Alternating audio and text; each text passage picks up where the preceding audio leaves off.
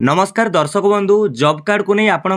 Important information रही गुरुत्वपूर्ण सूचना रही किछि मास पूर्व मु आपन को गोटे वीडियो करी जणाइथिली बा राज्य सरकार घोषणा आसीथिला कि खूब शीघ्र ओडिशा रे जॉब कार्ड रे ई-केवाईसी हेबाकू जाउची अर्थात जॉब कार्ड रे आधार लिंक करा जिवो फेस ऑथेंटिकेशन करा जिवो जहा द्वारा आपणकर जॉब कार्ड रे फैमिली रे जेते जण मेंबर अछंती समस्तंकर फेस ऑथेंटिकेशन हबो जहा द्वारा तांकर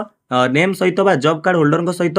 आधार पेच हो रहिबो आधार लिंक हो रहिबो। तेणु ए वीडियो रे हमें गुरुत्वपूर्ण सूचना जानिबा बा आपण मानकु जणाई देबी प्रत्येक पंचायत रे जॉब कार्ड रे ई-केवाईसी प्रक्रिया आरंभ होई सारिची केउ माने ई-केवाईसी करिवे प्रथम करी केउ मानकर जॉब कार्ड रे ई-केवाईसी करा जाउची आपण माने जानि परिबे। प्रथम कथा आपण माने जानि नेले कि जॉब कार्ड रे प्रत्येक पंचायत रे ई-केवाईसी प्रक्रिया आरंभ होई सारिची। देखंतु प्रथम करी केउ माने जॉब कार्ड रे ई-केवाईसी करिवे ना जो मानकर जॉब कार्ड एक्टिव रही एक्टिव कहले आपन को बुझाई देबी जो माने जॉब कार्ड रे विभिन्न काम करूछंती जदि आपण पूर्व 2 वर्ष हेलानी जॉब कार्ड रे कोनोसी वर्क करि नाहंती एनआरजीएस काम होइनी आपन को जॉब कार्ड रे तेबे आपन को जॉब कार्ड टी डिलीट हो जाइतिबो आइदर इनएक्टिव थिबो आपन को पुनी एक्टिव करबा को पड़िबो कोनोसी काम पुनी देले करिले तो आपन जॉब कार्ड एक्टिव होई जिवो। तेणु जो मानकर जॉब कार्ड एक्टिव अच्छी सेमानकर प्रथम ई-केवाईसी करा जाउची आपन को चलंतु जणाई देबी किछि उदाहरण सहकार देखिबे केउ एप्लिकेशन हेउची पंचायत रे जे रहिला आपनकर एडीओ जीआरएस रहिले से माने घर को घर बुलीबा डोर टू डोर स्टेप कहि परिबा प्रत्येक पंचायत रे लोक माने जाई ई-केवाईसी करूछंती जॉब कार्ड रे चलंतु जानिबा से प्रोसीजर आपन को टिके जणाई दउची। देखंतु दर्शक बंधु प्रथम कथा जानंतु आपन निजे निजर मोबाइल फोन रे जॉब कार्ड रे ई-केवाईसी करि परिबे नाही आपनकर फैमिली मेंबर बा आपनकर ई-केवाईसी आपन निजे करि परिबे नाही एथिपे आपनकर पंचायत रो एडीओ जी अछंती बा जीआरएस जी अछंती से माने आपनकर जॉब कार्ड रे ई-केवाईसी करिवे सेति तांकर मोबाइल फोन रे एक एप्लिकेशन रहितवा दरकार एनआरईजे मोबाइल मॉनिटरिंग सिस्टम ए एप्लिकेशन को इंस्टॉल कला परे सेतिरे यूजर आईडी आ पासवर्ड दे लॉगिन कला परे एभली ऑप्शन शो करूथिबो एटारे लास्ट ऑप्शन रहिथिबो ई-केवाईसी ऑफ वर्कर्स तारि परे क्लिक करा जाय या परे आपनकर पंचायत रे जेते विलेज थिबो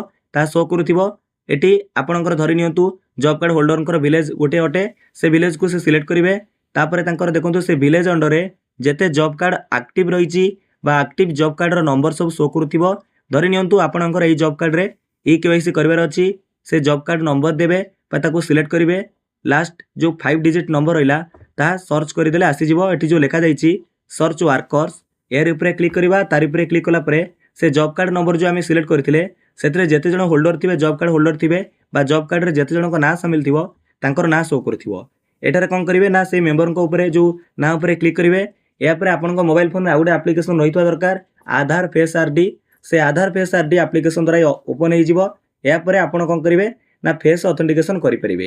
एई भली भाबरे देखंतु आपनकर जॉब कार्ड रे ई-केवाईसी प्रक्रिया प्रत्येक पंचायत रे आरंभ होई सारिची आपन माने जानि रखंतु आ जे माने एडीओ रहिले जीआरएस रहिले जां को काम मिली जॉब कार्ड रे ई-केवाईसी करिया टार्गेट रहिची सेमाने नितांत रूपे एभली प्रोसेस रे करिवे आपनकर जो रहिला एनआरईजे मोबाइल मॉनिटरिंग सिस्टम से एप्लिकेशन आसला परे ए जो ई-केवाईसी वर्कर्स रहिछ ऑफ वर्कर्स तारि परे गले आपनकर विलेज सिलेक्ट कला परे जॉब कार्ड नंबर देला परे जेउ जे मेंबर करबा को चाहुछंती तांकर आपन कोन करि परिबे ना ई-केवाईसी करि परिबे केते जनकर ई-केवाईसी हला अपलोडेड अटेंडेंस रे देखि परिबे एभली ऑप्शन एठी रहिछि निहाती भाबरे आपण माने मन रखंतु जेउ माने जॉब कार्ड होल्डर अटंती जहां को जॉब कार्ड अछि एनआरईजीएस रे मनरेगा योजना रे काम पाउछंती सेमाने नितांत रूपे तांकर जॉब कार्ड रे ई-केवाईसी करबा जरूरी अटे कारण जदि आपण जॉब कार्ड रे ई-केवाईसी करूनांती आधार लिंक हेबोनी आपनकर जॉब कार्ड टी डिलीट होई जाय पारे एक्टिव